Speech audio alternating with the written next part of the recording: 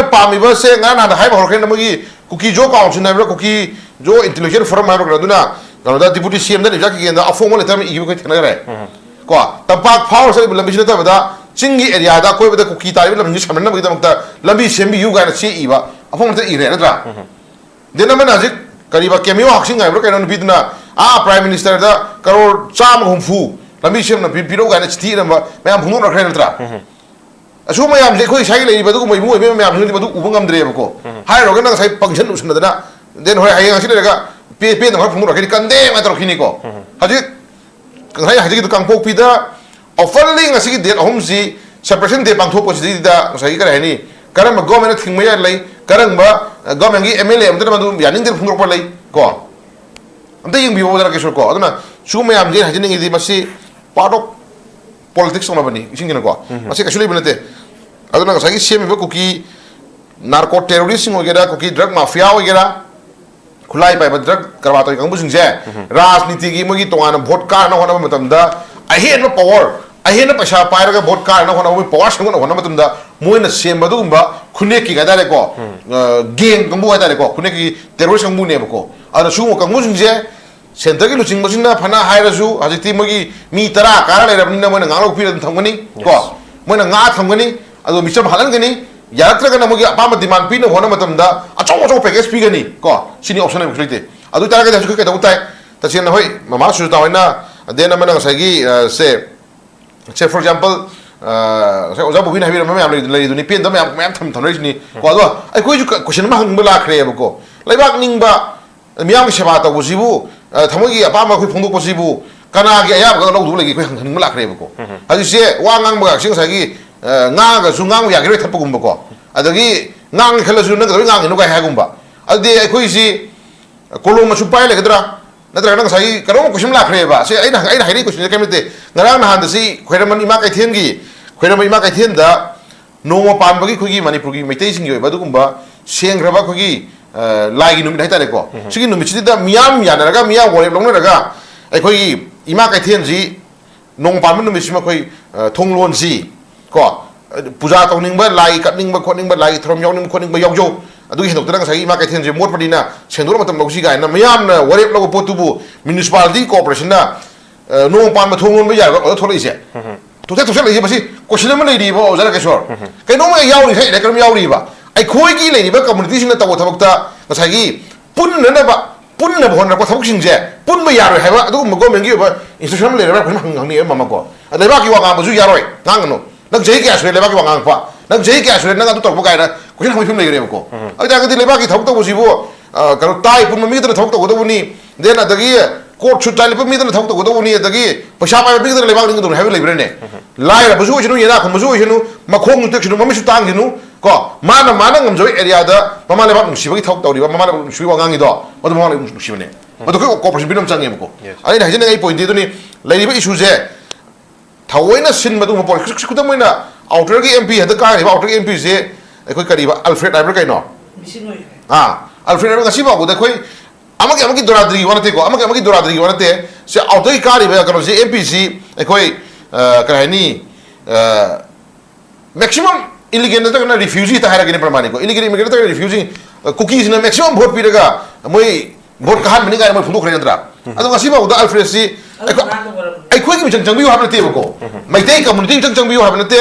Meitei community मिचंग चंगबियो हाब नते तबु justice अमदि judgement अमदि नहान अंगाम सी खोलिबो तौरिसिंग सी comment फुंदो कुम चंगिदना प्रमाणि को आउटर की इलेक्शन आउटर की vote did not only for cookie खतरा नतेबा अखोगी तंपाकी लेबे एरिया द मैतै थादब याम यावरिबा आउटर द मा आउटर की भोट ना थादब याम यावरिबको अदु कोइ हाइजनिंगि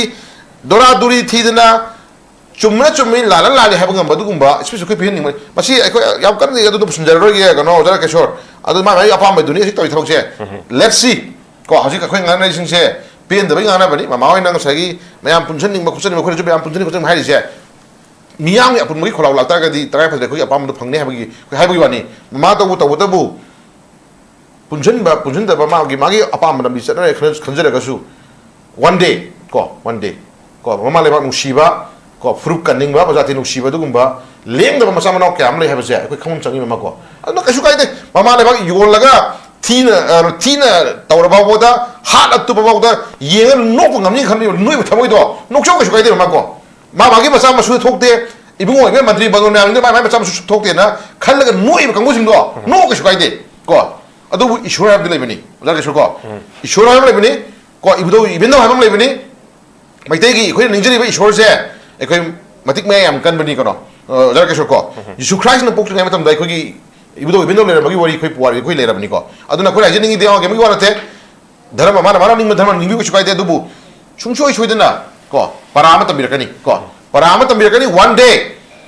Kopashana Yadava 1 day. Go. I Boston, Boshino Yadava, go. Do Madame Lakini. Lebak Shiva, Vito, and put the money. No. I don't know how he films there. Chok Tatita went to Rabajuda, Manipur to Gana, whatever, no Iba. Kegat liba, was all Namiba, Post Riba, at the aim I am the guy, and then they back to Camp Cricket, and then they back to Camp Cricket, conclusion jet. Nang joke is right there. Adubu, Makute on me, Mamita on me, God, Sweden of me, not it might even land, no make up, it might be in Tonaze, as you can be over. It might be in Yaudana, God, Mamas in Yaudana, the into air in token committee with Dumba, Praza, if I just know me, I'm New Yaudana, Matumba and Yaro. Engineering said, Luina. Give us a joke, Sangiduna. I do much much cheaper than Zazi, the Ecogi was all Mandana, I can't ring Shindana, Levican Musin Jet. Should you show them not second because you are here? Tabutabu Ama, I haven't the lady call.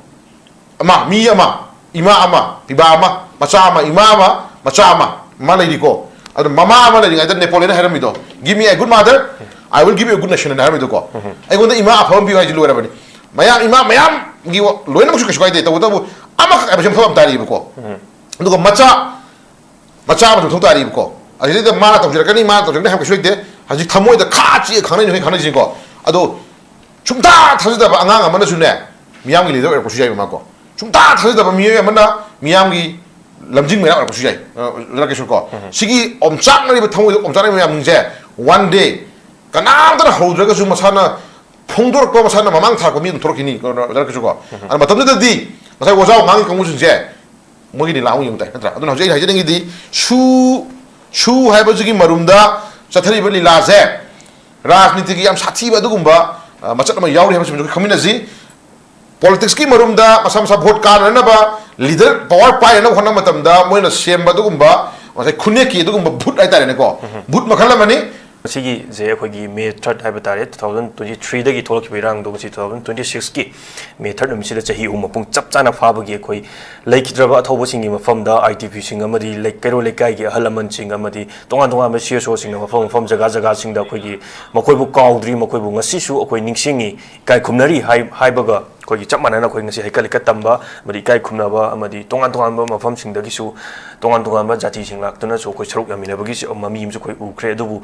Paliba Lengak Sigi, Haibitare, Paliba Lengak, Haibidi, not only BJP, Chida, MLA or even Minister or even the Makoi Tola, Haikalikam, saying a Sigi, Tolok, Kogi, Tatme, Sahi Umapung Pavas, the Koi Ude, Mokoi Ude, ID fishing Amadi, Lan Yaruba, Jinao sing Amadi, Tongan Ba, Koi Shia sing as Mafam Zagazaga, Senba sing the Halaman Lekai, Karolika sing Tolaga, Hikalikatamba, Ningsingba, Makoi Kaikuna, Bagima Mim, the Town, we, Tautabu, Paliba Lengak Sigi at Mapim Power, basically. Makoi Kendra the cut Pahikat like a put a Makoi Masai on a Tola kind of quick cut Ude, Hibersining a Sigi Tonga, Kogi, topic singing Matana, Kanazar, do Sumaya Sum Koichi, whom a Pungfare, Hibagi, Nixing, saying a seal of Rakanda, Hay no but the Gidi quit Tongan from the Gassing the Quay Iransi, Pungui Luigrana Sum Kogatra, Natraga, Kumay Harausia Mutakoladra, Masumana Sum Kokto, Sum Lagadi, Matangizo, Koichi, Mapung Marie, Pari Hibagisho, Kankang the Nikuitan, Adumok, Lakani was a message, Hanamota Ozagi, Karimutamini was a Sichi, Umapung Paba, Generapa, Jahi Umapung Paba, Tataruk Matampu, Mayum Hanjalanga, Haikiba, Adu, Masi, Humapung Pasangre was a message, Kamani being commanded to meaning was a Hamburg. I had the notice window young Bidi Manipur Jack City. When I see penetration in Bidi Ozabobi, Amadi Masuta, Amadi Hosso Bidi, or Darakeshore, Amadi was stuck with a Gakano City. Ojakashua Sisi, Jay Mapum Pare, Cookie, Mayam, the cookie narco terrorism haiko, which is a continuous la process. I did narcosum have to be the cookie terrorist, they're hiding echo. Yes. Cookie terrorist, Herma. cookie drug mafia hai ba ko that means hai ni di cookie drug mafia gi magi drug karwa to no khona matam da cookie terrorist ni kulai sin ba vibration jetra ani si yam ko ni cookie narco terrorist hai ga di sunja lesson mi ko adu ga su narco terrorist hai ba si de ta kai phadna sai drug mafia kang bu amadi sai da khon intho thame ba ko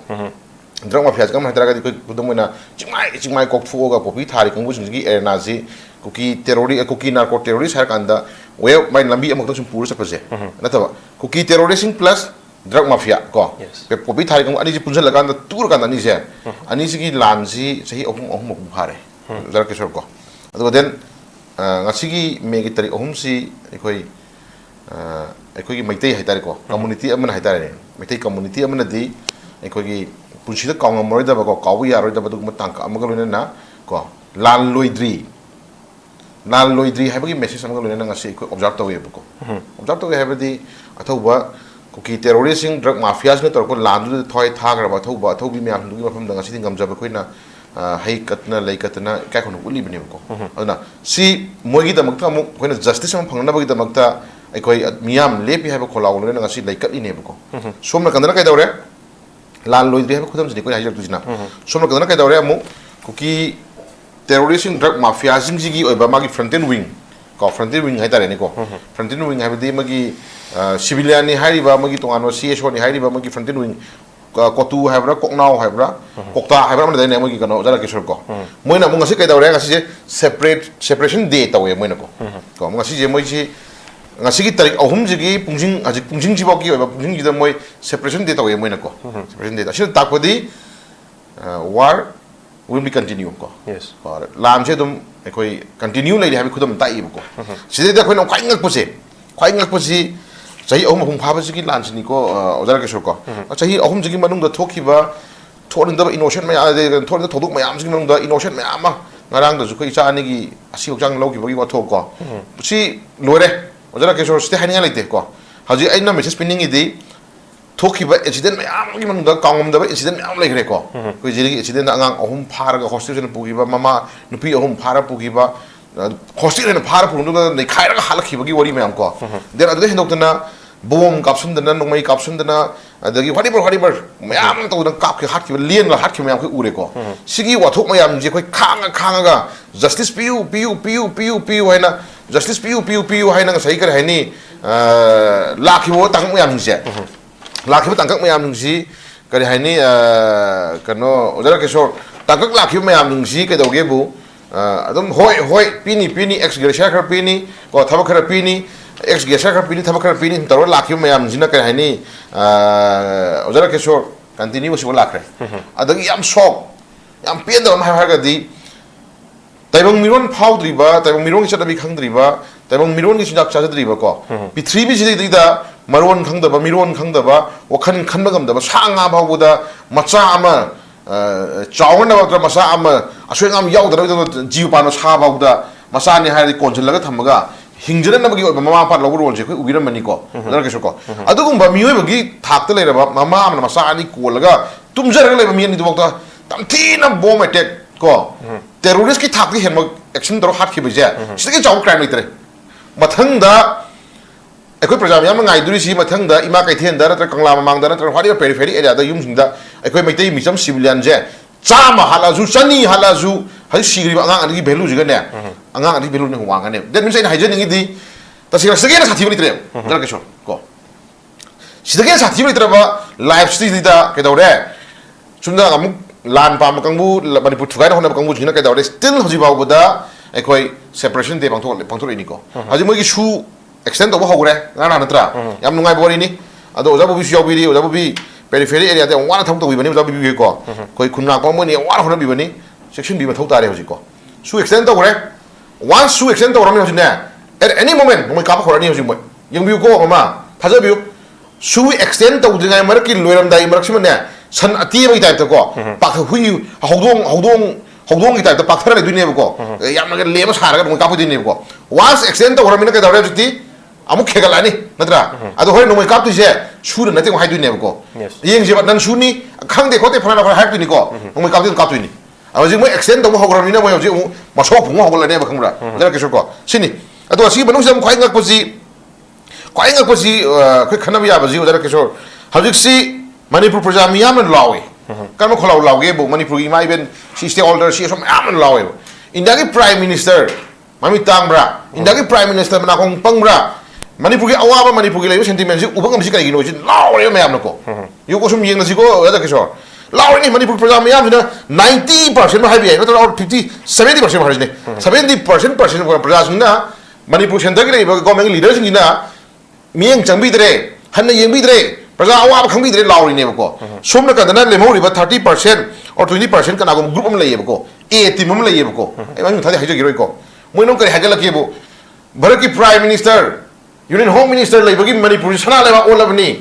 मोय लेबे खै मणिपुर हिंगबनी मोय लेबे खै फजा खलबनी हगल इनेबको अदुदी सुन कंदा 70% 80% लावरिबा मणिपुर की अवाब ताबीद्रे मणिपुर दा मिसम हाप उबिद्रे अंगांग हाप उबिद्रे वही फुंदोक बिद्रे ngasi लावरिबा मयाम दो सुन कंदा ए कबो बी कबो टीम मन के दरगेबु मोय लेबगी मणिपुर हिंगाबनी मोय लेबे मणिपुर फजरबनी मोय ने खै मणिपुर कनबीरबनी गाय लाखलै मिति मम मको नुआइ थो दिलासे सी लाजम दिन बिउ जरा किशोर को अदुना सी कशु काय लाउसनु को मोयजु मोगी जी जाजु मयाम कनिंग बन उसिबगी नि को कशु हाजरोय तबुतबु लेनरिबा मागी वे अप्रोच चंगनरिबा लंबी दुदी ngangreba thongudi khoi nuai tabla leyeba ko aduna tongan thamgisi denamana hauji lei film sidi tangai phadana ngasagi leiriba kotu kokta koknaw na ngasi date ahum ji separation day talise ko separation day talisi government side tagi na tagana any kana gumba leader amagi side tagi opposition or ruling wagera lebiba leaders ni gimarak sidi kana gummi tana ngasi maram sate yaning de ha kana phung pu yawge bdi biu ore facebook tagi china rani gun chilgo to nambu jai modi go separation day se gun chilgo to kini modi go uniform setna mamangi last me gi chai mamang chai gi me gi hom di khoi phone khoi ure dana pareng chana ga nungui pai la ga ha bere ni khangte mani khangte we wari wari bi nungui uniform se la ga gun chilgo to dana ma separation to ure dana ko adu ba da mu 12 hour to se to re sanam to ni tra ada kokta haibra koknaw haibra kotu haibra mon to to si am kalli odara ke so dana me gi tari om si khoi apana haining de khoi lan loidri ko na lan loidri haibagi message ni janing se but amana ai khoi gi di ke dawre ngasi gi me gi tari om se hogi ba chai om ji gi ngai mama hoi habi gi ba jabu bin habi gi ba kok thoki ba kaung khoi kaw ba thu ba ningsing bo wat pa khot pa mayam lai mayam dong ngasi nau na mun ningsing abani na adi mayam sa to ina purmin na kan da jara ke shur ko makha ta father thol thok na bagi dama khoi misam sidana bagi dama khoi praja awa ta da na bagi dama khoi kai dong min na ji ka step se kasi dagi khoi khna min na kan da jabu be khoi chap chan thina thok ta phum je ina shona ham round than do yo jabu kana ja yo ja ai koi lamdam si gi haba tare lamdam si dam yamna su agreement hando haina su khoi lawrba su center amasung koi su group singadi tongan ba wari chana bada separate administration gi wafam pukhala kre su koi tongan ma su koi hainari mokoi gi masina aroi ba su ne su hairi separate haibsidagi atopa demand khoi taloi aduga khoi gi tokhai taning ba singi matang sidadi khoi gi center na masagi phirep khoi gi hojik phawbada sengna khoi su group singi di makoi gi khanghan ki makoi gi haiba tare makoi na taliba demand amadi makoi gi su group singi di khanghan dri bane khoi maitai gi di sini hairaga dum lo shanagi ba adu makoi gi di one demand one conclusion haiba tare makoi na taliba demand je phangdri ge dum tangi ni haiba gi koi su group sing da makoi gi peace talk wari sanarga ju peace talk sigi aroi bada separate administration haiba sina makoi di conclusion oi gi oja mase ani subar round na kamana thambi ni oja odara kashma se koina su na sum hairi se makutu ngai pairaga misam haliba makutu ngai pairaga drug karwa toriba makutu ngai pairaga crime tor kongu sidi kashule wana te da sidi thawena thadokpani aduga sugi marumda polken yam sathiba ko influencer kar haidare ko rajniti yam sathiba dugum khut yaur kan yam sang inma mi yauri ko say for example dugi megla rab khudam di still hoji babuda kuki mla taraje tabal actress ni dna yes deputy chief minister sinare ni chak gen hoy adagi rd minister sinare ko ato minister me am sinaselle still hoji babuda official lakna kotna assembly pham kotna yaudris ni dna natra sigi meg larab khudum ni kerata ga di somda nomai pai diba sai kuki terrorist kuki narco terrorist kongus ligi aki ma thambagi man laga mina moina tarali poto ko mo ta hali podo phangna ba ta mo ta hali podo yarna ba ta mo je sagi ko hai ta ni ko manami na ba ne shi ne ko ko gi ipa ipugi ko gi mamang yang wari ngai da ko gi kari ba ko marum ko min chandai ni ko marum ko min na da ne ko chanam do khamgi ro ni udar ke so kom thamaga ma maru sum thamaga si kanga si gai do cha ba do ana drug kang bu sidam ni sham sa chahan ba terrorist kang bu mi halan ba adu ki polgen dialogue na nong tau ba emele sing tau ba amung themjan na ba amung yahan ba amung themjan na ba amung yahan ba sin ne ba kwai chauri di moi haju lai ba irang ji kwai da ki mastermind core kano ji kana haida ga di magi lai ku ki emele taraji si ju one of si ju amane ba ko odar ke so na center na shuji kai da sumagi shugi matang ki laga na di wari am lai gre odar ke so ko ku ki ge dugum ba khu khlai pai raga shuni ga toksin laga sai lai kang bu sing se asi kamai to ground shu le sing ri no kamai to ground shu thang ri no ga si sai ya yok lagda ga di mamang pan biram ba ko gi batham pan biram congress su mangai ko ogje sing do dum lai moi na hairi si center na shu to jara bi no ko se ga di ya gi ni ga na ya ko bi sun ko ta re ko den asi pali ba bjp le ga sumai congress na to ba soi ba du soira me haita ga di bjp na sum tho odana adu sok di ra adum continue le adum sai mo ji left right ko se na mo se na mo gi mama gi type to mo ji adum asi mana gi type dum sab di mi mi u film le ko ana center ki le ba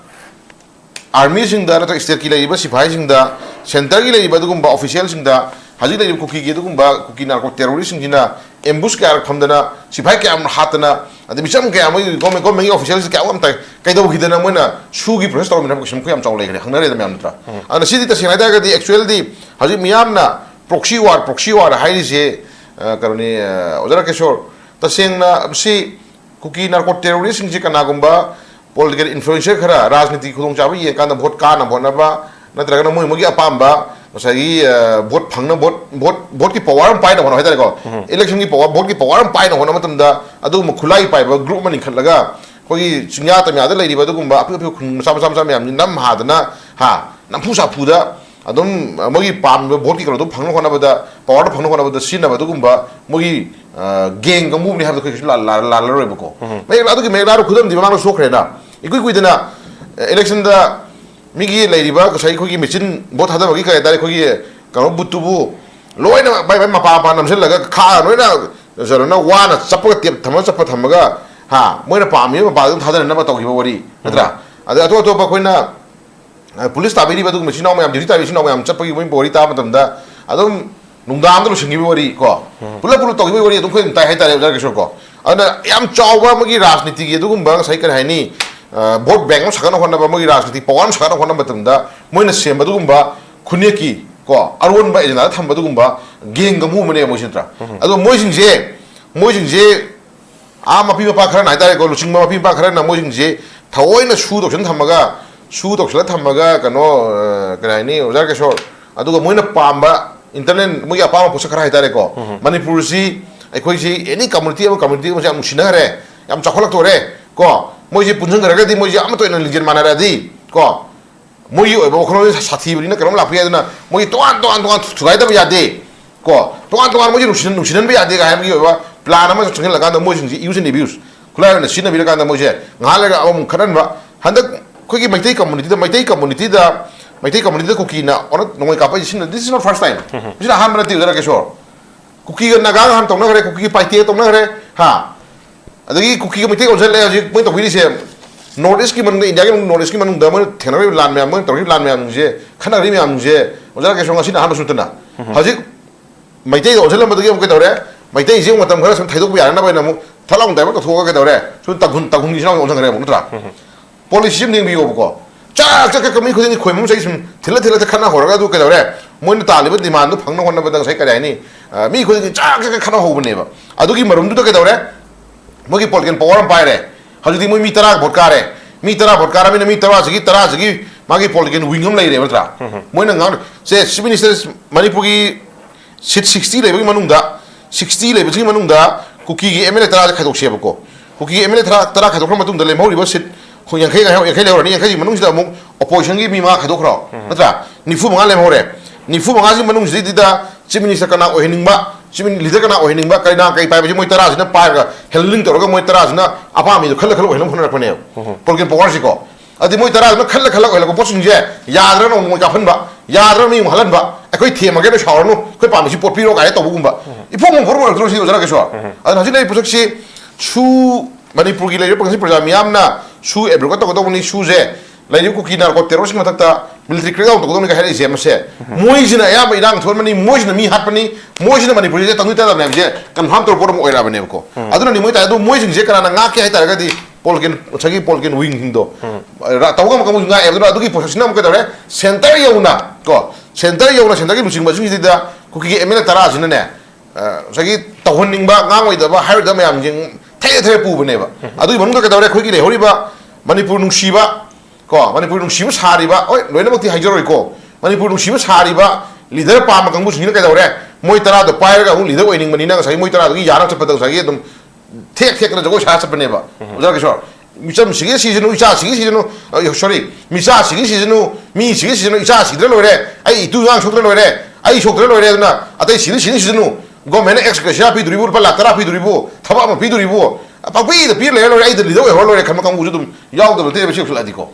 ngasi ma ko de still leiba deputy CM sinagra ba nimsa ki gensina why ka kita makta tampaki leiba dugumba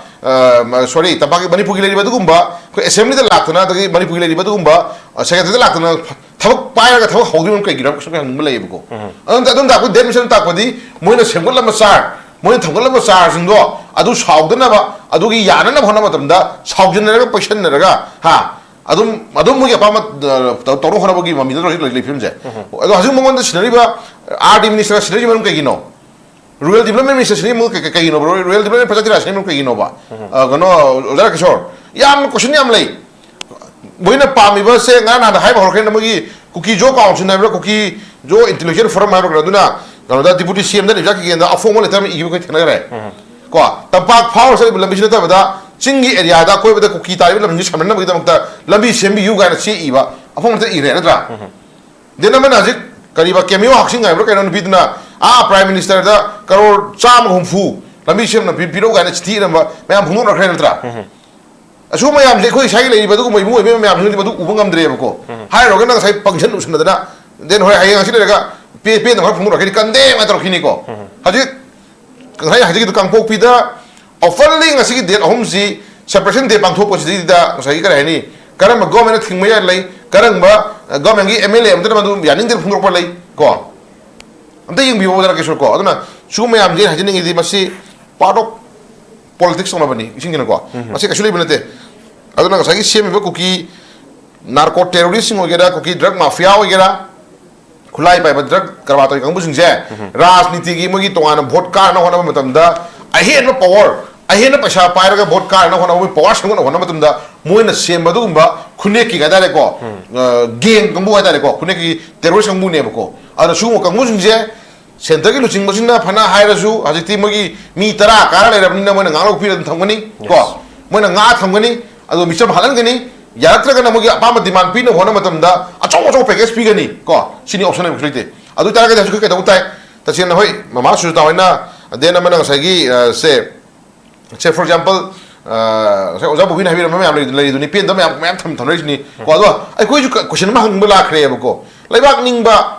miyam seba ta bujibu thamogi apa ma khoi phungdu bujibu kana gi ayab ga lo du le gi khoi hang bala khre ba ko aju se wa ngang ba sing sagi nga ga su ngang ya gi thap gum ba ko adagi ngang khala su na ga ngang no ga ha gum ba adi ai khoi si kolom ma su pai le gadra natra nang sai karo ko shimla khre ba se aina hairi ko shine kemite ngarang na han si khairam ima kai then gi khairam ima kai then da no ma pan bagi khogi manipur gi meitei sing gi ba du kumba seng raba khogi lai gi numi dai ta le ko sigi numi chi da miyam ya na ga miyam wo long na ga ai khogi ima kai then ji nong pan numi sima khoi thonglon ji ko puja tong ning ba lai kat ning ba khon ning ba lai throm yong ning khon ning ba yong jo adu hi doktor sai ma ka then je mot padina chendor matam logi ga na mayam na warep logo potubu municipality corporation na no pan ma thongon ba ya ga tholai se to te to se le basi question ma le di bo zara ke shor kai no ma yaw ni sai le kam yaw ri ba ai khoi gi le ni ba community sin na taw thabak ta sai gi pun na ba punna bon ko thok sing je pun ma yaroi ha ba du ma government gi ba institution le ba hang ni ma ko le ba ki wa ga ba ju yaroi ngang no nak je ki asre le ba ki wa ngang pa nak je ki asre nak du tok ba kai na ko hang phim le re ko a ja ga di le ba ki thok to bu si bu ka tai pun ma mi da thok to ko ni de na da gi court chu tai le mi da thok to ko ni da gi pasha pa bi da le ba ni du ha le bre ne lai ra bu ju chu ni na ko bu ju chu ma khong tek chu ma mi chu tang chu ko mana ngam jo area da mama le ba nu shi ba ki thok to ri ba mama le nu shi wa ngang gi do ma mama le nu shi ne ma do ko cooperation binam chang ko ai na hajin ai point du ni lai ba issue je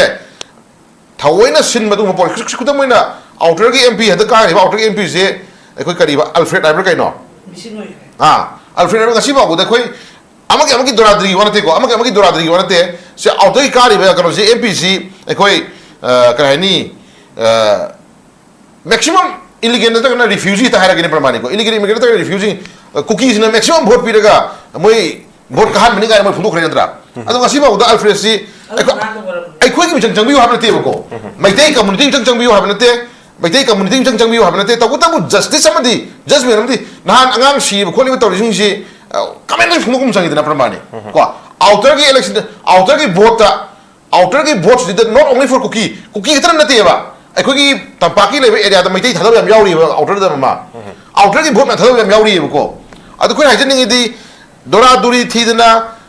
chumna chummi lala lali habang ngam badugumba especially khoi phin ni masi aiko yam kan ni adu sunjar ro gi ga no dara keshor adu ma mai apam duni sik toi thok che let's see ko haji ka khoi ngan nai sing che pen da bai ngana bani ma mawai nang sagi mayam punchen ning ma kusen ma khoi ju mayam punchen ko hai che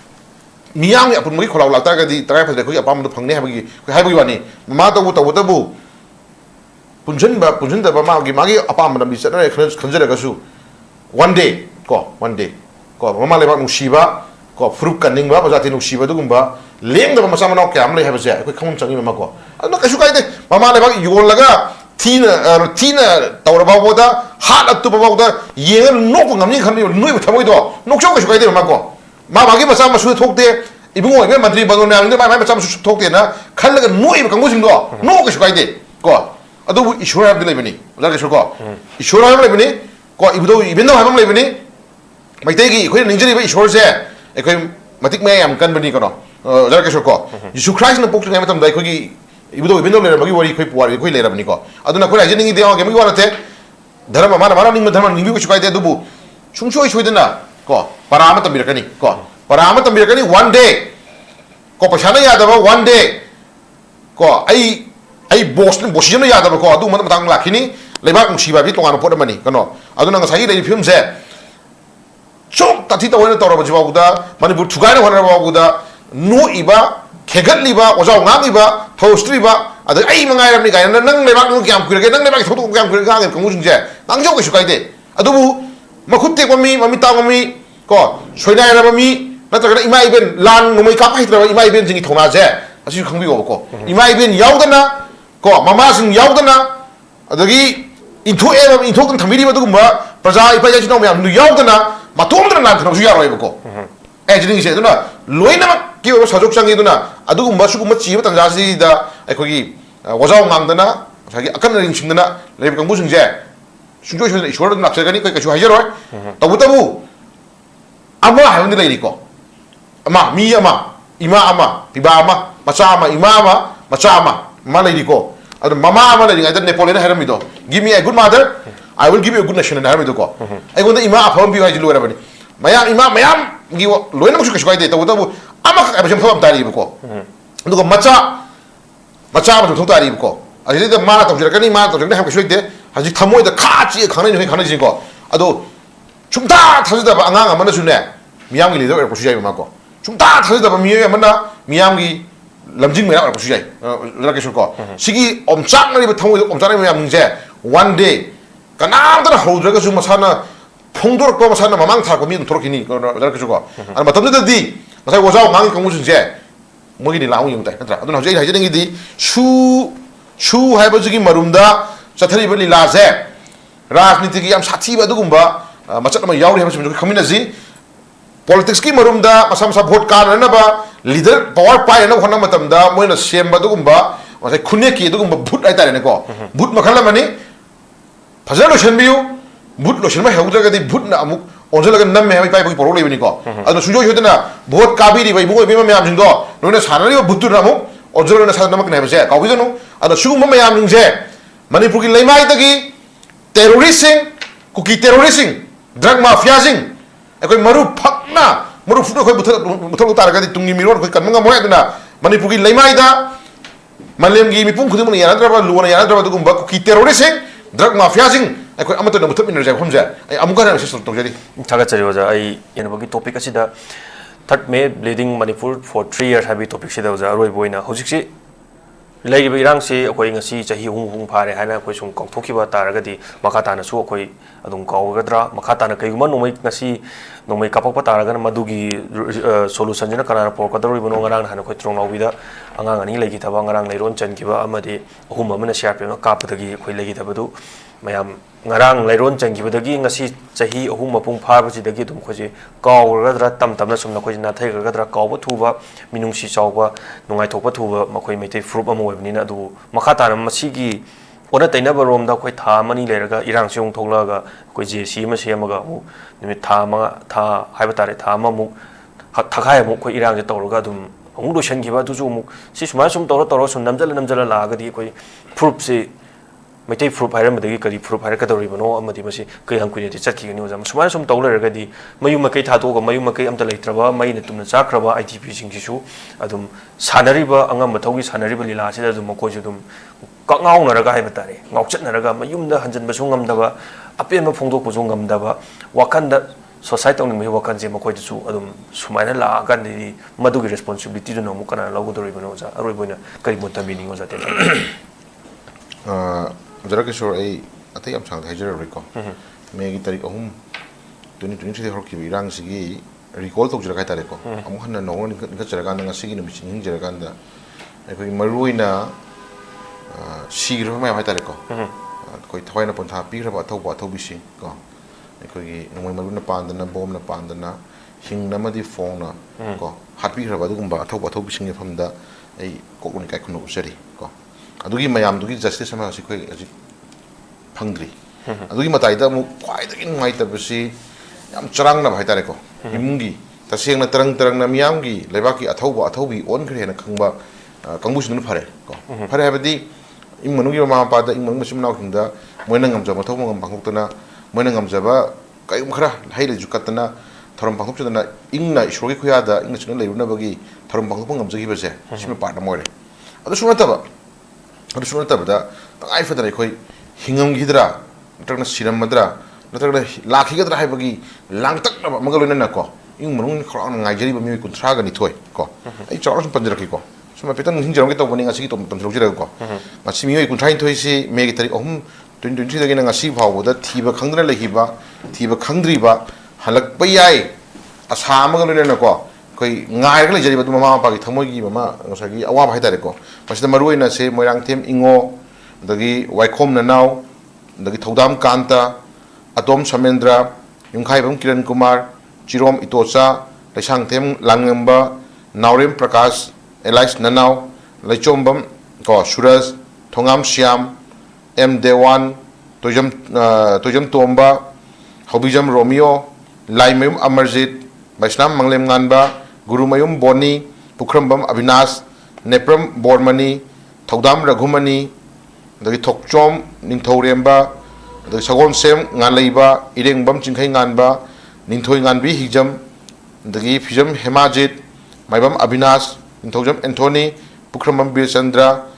sagon sem pisak masa okram khomai dagi khangembam apamba laisram kamal babu luang mukesh ko mi kunthai thoisi mama on record ko na phangja bhai tare ko chitranda ba yor ga su ado ei paper gi record phangja bani hairiba mioi singsi ngasi gi megi tarik ohum lakh matam da ikoina still hari shu haidare jarkes ko rakes mse ikoi halakhidra hingam gidra natraga na moje soidan halakhini haibagi asama da im manungi mama pan khawra na ngai ga leibo ko si ngasi gi leibo lengak sina ngasi gi leiba adu government sina im manung na khawra na ngai jari macha jingje sigi awaba sigi ngai jari bagi machak se ngasi lengak sam tak ubiyo sini na in hamali ko sojan ngi ko adu denamana makhata na khogi miyana pangul justice ko ꯑꯊꯨꯕ ꯃꯇꯝꯗ ꯄꯨꯊꯣꯛꯅꯕ ꯍꯣꯠꯅꯕꯤꯌꯨ ꯍꯥꯏꯕ ꯑꯄꯤꯜꯗꯨꯅꯦꯕꯀꯣ ꯑꯗꯨꯕꯨ ꯑꯩꯈꯣꯏ ꯁꯨꯃꯥꯏꯅ ꯑꯩꯈꯣꯏ ꯍꯤꯡꯉꯝꯈꯤꯅꯤ ꯅꯠꯇ꯭ꯔꯒꯅ ꯂꯥꯛꯈꯤꯒꯅꯤ ꯍꯥꯏꯕ ꯑꯁꯥ ꯑꯃꯗ ꯍꯤꯡꯉꯤꯕ ꯃꯤꯑꯣꯏ 30-30 ꯍꯦꯟꯗꯣꯛꯇꯅ ꯑꯩꯈꯣꯏ ꯊꯋꯥꯏꯅ ꯄꯣꯟꯊꯥ ꯀꯠꯈ꯭ꯔꯕ ꯑꯗꯨꯒꯨꯝꯕ ꯑꯊꯧꯕ ꯑꯊꯧꯕꯤ ꯃꯌꯥꯝꯁꯤꯒꯤ ꯑꯣꯏꯕ ꯖꯁꯇꯤꯁꯁꯦ ꯀꯌꯥꯝ ꯀꯨꯏꯕ ꯑꯩꯈꯣꯏ ꯉꯥꯏꯈꯤꯗꯣꯏꯅꯣ ꯀꯣ ꯔꯣꯖꯥ ꯔꯥꯀꯦꯁ ꯀꯣ ꯑꯗꯨꯅ ꯍꯧꯖꯤꯛ ꯃꯅꯤꯄꯨꯔꯒꯤ ꯃꯤꯌꯥꯝꯗ ꯑꯩꯅ ꯍꯝꯕꯜ ꯑꯄꯤꯜ ꯇꯧꯖꯅꯤꯡꯉꯤꯁꯤ ꯑꯩꯈꯣꯏ ꯈꯥꯡꯕ ꯉꯝꯕꯒꯤ ꯂꯤꯃꯤꯇꯦꯁꯟ ꯑꯩꯈꯣꯏ ꯀ꯭ꯔꯣꯁ ꯇꯧꯔꯦ ꯀꯣ ꯔꯣꯖꯥ ꯔꯥꯀꯦꯁ ꯀꯣ ꯑꯗꯨꯇꯥꯔꯒꯗꯤ ꯁꯤꯒꯨꯝꯕ ꯃꯌꯥꯝꯁꯤꯒꯤ ꯖꯁꯇꯤꯁ ꯐꯪꯅꯕꯒꯤꯗꯃꯛ ꯑꯩꯈꯣꯏ ꯀꯩꯗꯧꯃꯤꯟꯅꯕ ꯇꯥꯏ ꯑꯗꯨꯅ ꯍꯧꯖꯤꯛ ꯂꯩꯔꯤꯕ ꯏꯔꯥꯡꯁꯤ ꯑꯩꯈꯣꯏ ꯃꯃꯨꯠ ꯇꯥꯅ ꯉꯁꯤꯗꯤ ꯈꯪꯉꯦ ꯀꯃꯥꯏꯅ ꯊꯣꯛꯂꯛꯈꯤꯕ ꯀꯔꯤꯒꯤ ꯊꯣꯛꯂꯛꯏꯕ ꯃꯅꯤꯄꯨꯔꯗ ꯉꯁꯤ ꯀ꯭ꯔꯥꯏꯝ ꯇꯧꯔꯤꯁꯤ ꯀꯅꯥꯅ ꯑꯣꯏꯍꯜꯂꯤꯕꯅꯣ ꯍꯥꯏꯕꯁꯤ ꯑꯩꯈꯣꯏ ꯌꯥꯝꯅ ꯈꯪꯉꯤ ꯀꯣ ꯑꯣꯏꯇꯥꯔꯒꯗꯤ ꯉꯁꯥꯏ ꯑꯦꯔꯤꯌꯥꯁꯤꯗ ꯔꯥꯖꯅꯤꯇꯤꯒꯤ ꯗꯣꯔꯥꯗꯤꯔꯤ ꯊꯤꯗꯅ ꯑꯩꯈꯣꯏꯒꯤ ꯂꯩꯕꯤꯔꯤꯕ ꯄꯣꯂꯤꯇꯤꯀꯦꯜ ꯂꯤꯗꯔꯁꯤꯡꯁꯤꯅ ꯊꯃꯣꯏ ꯁꯦꯡꯕ ꯑꯃ ꯆꯪꯉꯤ ꯍꯥꯏꯇꯥꯔꯦ ꯔꯥꯀꯦꯁ ꯀꯣ ꯑꯗꯨꯅ ꯊꯃꯣꯏ ꯁꯦꯡꯅ ꯍꯣꯠꯅꯕꯤꯌꯨ ꯏꯃꯨꯡ 32ꯒꯤ ꯐꯦꯃꯤꯂꯤ 32ꯅ ꯃꯆꯥ ꯃꯁꯨ ꯍꯜꯂꯛꯄ ꯉꯥꯏꯔꯤ ꯑꯗꯨꯒ ꯊꯋꯥꯏꯅ ꯄꯣꯟꯊꯥ ꯀꯠꯈ꯭ꯔꯕ ꯑꯗꯨꯒꯨꯝꯕ ꯑꯊꯧꯕꯤꯁꯤꯡꯒꯤ ꯑꯣꯏꯕ ꯖꯁꯇꯤꯁ ꯉꯥꯏꯔꯤ ꯀꯣ ꯁꯤꯒꯤ ꯃꯩꯆꯥꯛꯁꯦ ꯆꯍꯤ ꯆꯨꯞꯄ ꯈꯥꯡꯉ ꯂꯩꯌꯨ ꯍꯥꯏꯕꯗꯤ ꯌꯥꯔꯛꯑꯣꯏꯕ ꯑꯣꯖꯥ ꯔꯥꯀꯦꯁ ꯀꯣ ꯋꯥꯔꯣꯏꯁꯤꯟ ꯑꯃ ꯄꯣꯂꯣꯏꯕ ꯂꯥꯛꯀꯅꯦꯕꯀꯣ ꯑꯗꯨꯒꯤ ꯋꯥꯔꯣꯏꯁꯤꯟ ꯄꯣꯂꯣꯏꯗꯣ ꯐꯖꯕ ꯃꯤꯌꯥꯝꯅ ꯄꯥꯝꯕ ꯑꯗꯨꯒꯨꯝꯕ ꯖꯁꯇꯤꯁ ꯑꯣꯏꯍꯟꯕꯤꯌꯣꯕꯀꯣ ꯑꯣꯟꯅ ꯇꯩꯅꯅ ꯃꯗꯨ ꯃꯤꯌꯥꯝꯒꯤ ꯊꯃꯣꯏꯒꯤ ꯑꯣꯏꯕ ꯑꯗꯨꯒꯨꯝꯕ ꯉꯁꯥꯏꯒꯤ ꯄꯦꯟꯗꯕ ꯃꯌꯥꯝꯒꯤ ꯑꯣꯏꯕ ꯑꯗꯨꯒꯨꯝꯕ ꯖꯁꯇꯤꯁ ꯑꯣꯏꯇꯥꯔꯒꯗꯤ ꯑꯗꯨꯒꯨꯝꯕ ꯀꯩꯅꯣ ꯑꯣꯏꯇꯥꯔꯒꯗꯤ ꯀꯣ ꯑꯣꯖꯥ ꯔꯥꯀꯦꯁꯣꯔ ꯃꯩ ꯆꯥꯂꯛꯄꯁꯨ ꯌꯥꯏꯌꯦꯕꯀꯣ ꯑꯗꯨꯅ ꯂꯩꯔꯤꯕ ꯐꯤꯕꯝꯁꯦ ꯑꯩ ꯍꯝꯕꯜ ꯑꯄꯤꯜ ꯇꯧꯖꯅꯤꯡꯉꯤꯁꯤ ꯃꯅꯤꯄꯨꯔꯗ ꯂꯩꯕꯤꯔꯤꯕ ꯑꯗꯨꯒꯨꯝꯕ ꯏꯃꯥ ꯏꯕꯦꯟ ꯃꯌꯥꯝ ꯏꯆꯤꯟ ꯏꯅꯥꯎ ꯃꯌꯥꯝ ꯀꯣ ꯑꯩꯈꯣꯏ ꯄꯨꯝꯅꯃꯛ ꯉꯁꯤ ꯅꯥꯔꯀꯣ ꯇꯦꯔꯣꯔꯤꯁꯀꯤ ꯃꯈꯨꯠꯇꯒꯤ ꯑꯩꯈꯣꯏ ꯀꯟꯖꯅꯕꯒꯤꯗꯃꯛ ꯍꯥꯏꯇꯥꯔꯦꯀꯣ ꯏꯃꯥꯟꯅꯕ ꯀꯟꯖꯅꯕꯒꯤꯗꯃꯛ ꯑꯩꯈꯣꯏ ꯊꯧꯗꯥꯡ ꯂꯧꯃꯤꯟꯅꯕ ꯃꯇꯝ ꯑꯣꯏꯔꯦ ꯍꯥꯏꯕ ꯃꯐꯝꯁꯦ ꯁꯨꯃꯥꯏꯅ ꯊꯝꯖꯒꯦ ꯑꯣꯖꯥ ꯔꯥꯀꯦꯁ थागत जरी